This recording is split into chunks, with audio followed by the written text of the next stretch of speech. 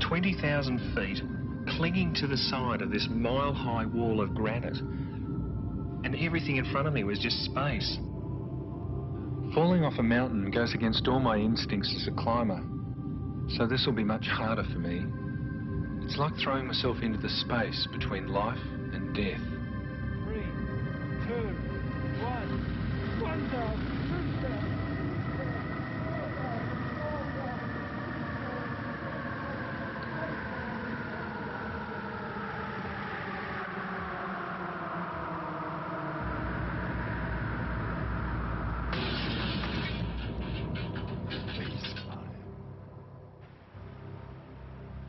I'm Nick Fatiris.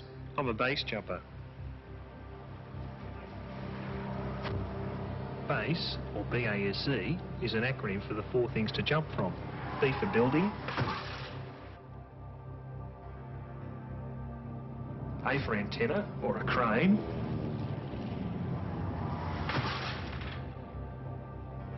S for span, which is a bridge, and E for earth, being a cliff.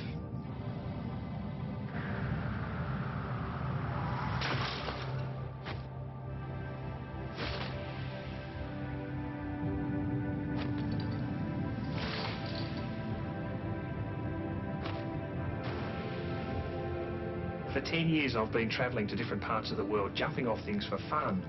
It's been exciting, but I wanted more exhilaration, more of a challenge.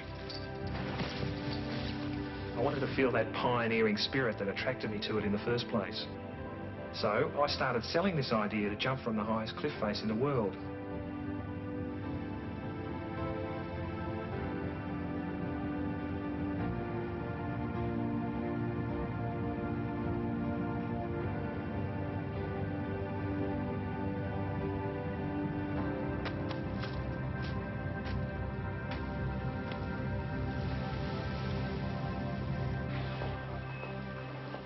My name is Singleman.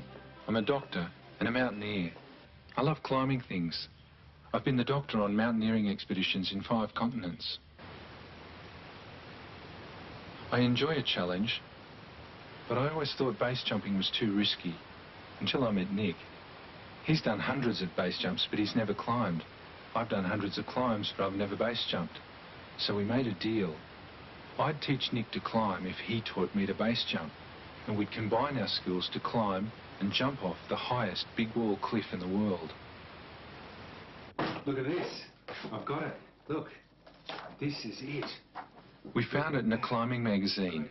The Great Trango Tower in Pakistan. 6,258 metres, over 20,000 feet high. Its granite walls rise 6,000 feet above the glaciers below.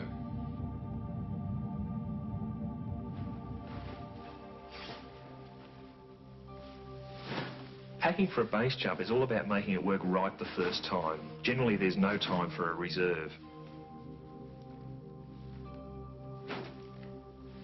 Before Glenn can jump off anything, he must understand completely how the equipment works. I'm a complete novice at this. To me, it's a tangle of nylon and bootlaces. But I know I'll have to pack my own parachute at Trango. I'm putting my trust in Nick here. There's so much to learn.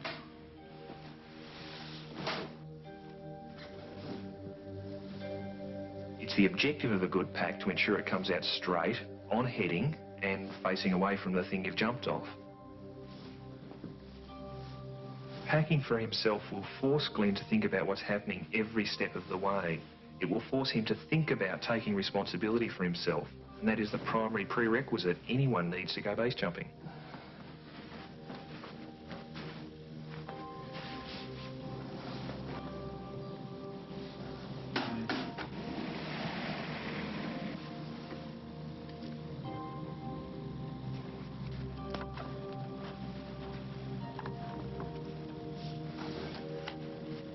I think the only reason it's been possible for us to have taken this on is that we both have experience out on the end of the limb. It's like base jumping's just another game to Glenn, and the mental process of dealing with it is familiar.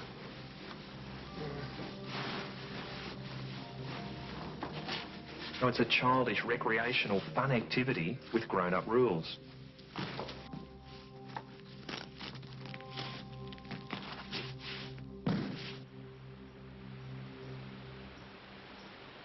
I've spent several years in the US jumping off anything and everything because there are more big things in the United States to jump off than anywhere else in the world. For one day each year, the New River Gorge Bridge closes for the Bridge Day Carnival, and hundreds of base jumpers come to do their thing from this 900-foot high structure. 3, 2, 1.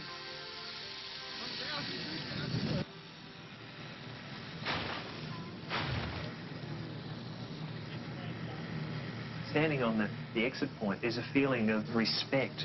Respect for the object, respect for the equipment, just respect for life. And then this visual just explodes into view. Then the parachute opens, and then it's elation. There's a problem then. This incredible aggression takes over. That's how I've trained myself. It's like the parachute is trying to beat me, and there's no way I'm going to let it hurt me.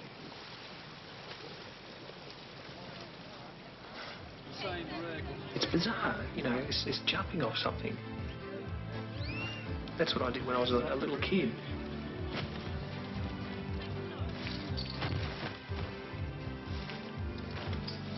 It was almost a feeling of, I've played a game with this structure that is so powerful, it could potentially take my life. And I can remember thinking of Superman.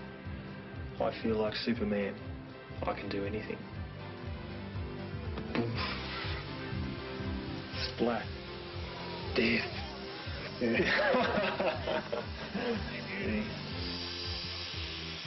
That was great.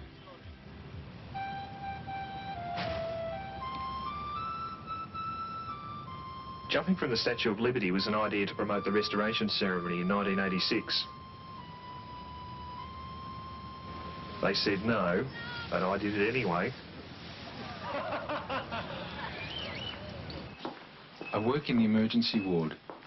Adventure sports like climbing and base jumping seem a long way away from hospitals and medicine, but there are some similarities.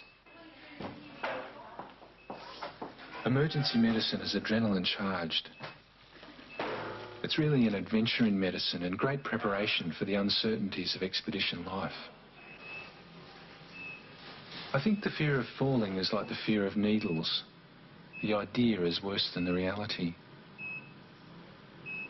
I've seen so much death in my life that it's just another thing that happens when I do a shift at the hospital. When I'm at work, any patient in any condition can come through the door and I have to handle it. All the time I'm dealing with life and death decisions. With climbing and base jumping, I take the same responsibility, except it's my own life. I think we're all victims of our lifestyles. Smoking, drinking, even crossing the road, there's always risk. So I can't live my life wrapped up in cotton wool because that's not living, it's just existing.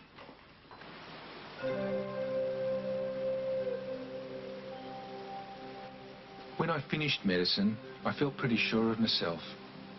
Then another doctor took me down the canyons in the Blue Mountains and a whole new world was open to me.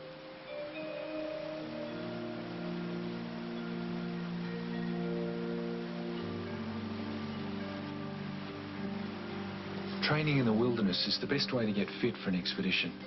Hurtling headlong into unknown territory, thinking on our feet all the time. I find these places as life-giving as anything I do in medicine. So I brought Nick up here to share the experience and train for our expedition. Preparation for Trango is more than a training program. We've had to make it a complete lifestyle. I've never been to high altitude on a mountain before. We're not taking oxygen. And getting fit becomes just a fun part of the adventure.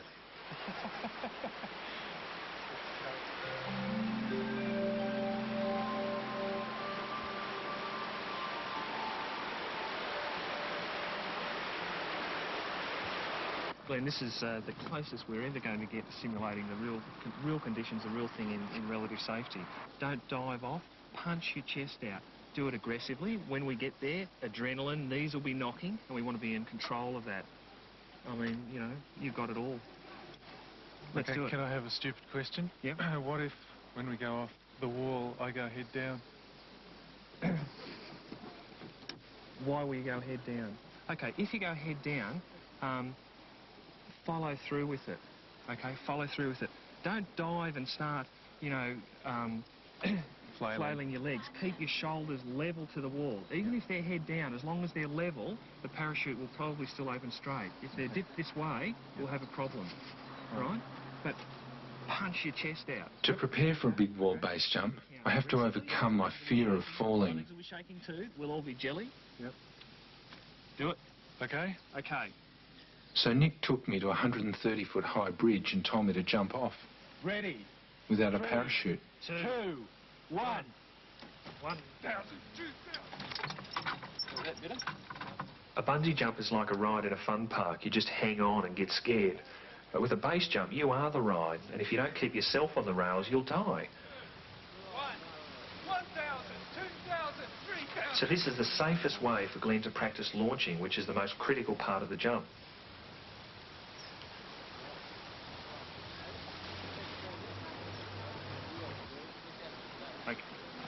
Okay. Okay. Loudly. Ready. 3, 2, 1. That jump was like screaming on the inside.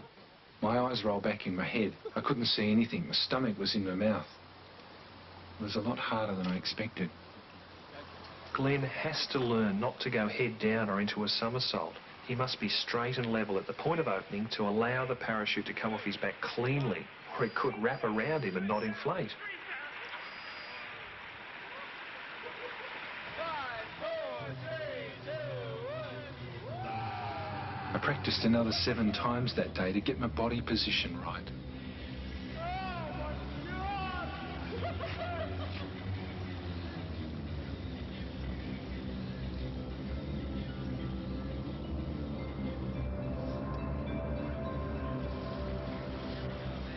I'll stand there. I'll go. Okay. Ready. Ready. 3, 2, 1. 1,000. I organised special permission to jump from the Sydney Harbour Bridge, so Glenn could make his first base jump safely over water. The only thing I'm going to do is hold your parachute to make sure that it comes out. Then all you have to do is just think about connecting with the rear risers of the parachute to keep it straight. It's a dangerous activity. It's an unnatural thing to do. It's a denial of everything that you've ever learned about looking after yourself. And sure, I'm scared.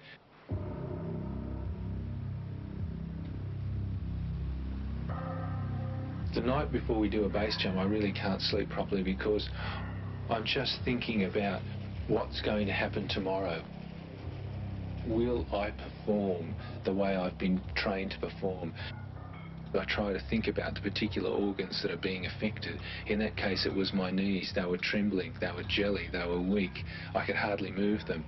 And one of the important things about base jumping is to have a solid launch where you push off with your knees. And when your knees are banging together like jelly, it's very difficult to actually overcome that instinctive feeling and push hard. Okay. I concentrated all of my energy on making my knees work. 2, 1. 1,000, 2,000, 3,000. And they worked. Exposing yourself to danger is fine. I don't think there's anything wrong with it. But there is a clear difference between what is dangerous and what is irresponsible. If Glenn was to blindly follow me off an object without the necessary preparation, he would clearly be foolish. But when he jumps from Trango Towers in Pakistan, he will have an action plan for every possible scenario. That's the scariest thing I've ever done in my life.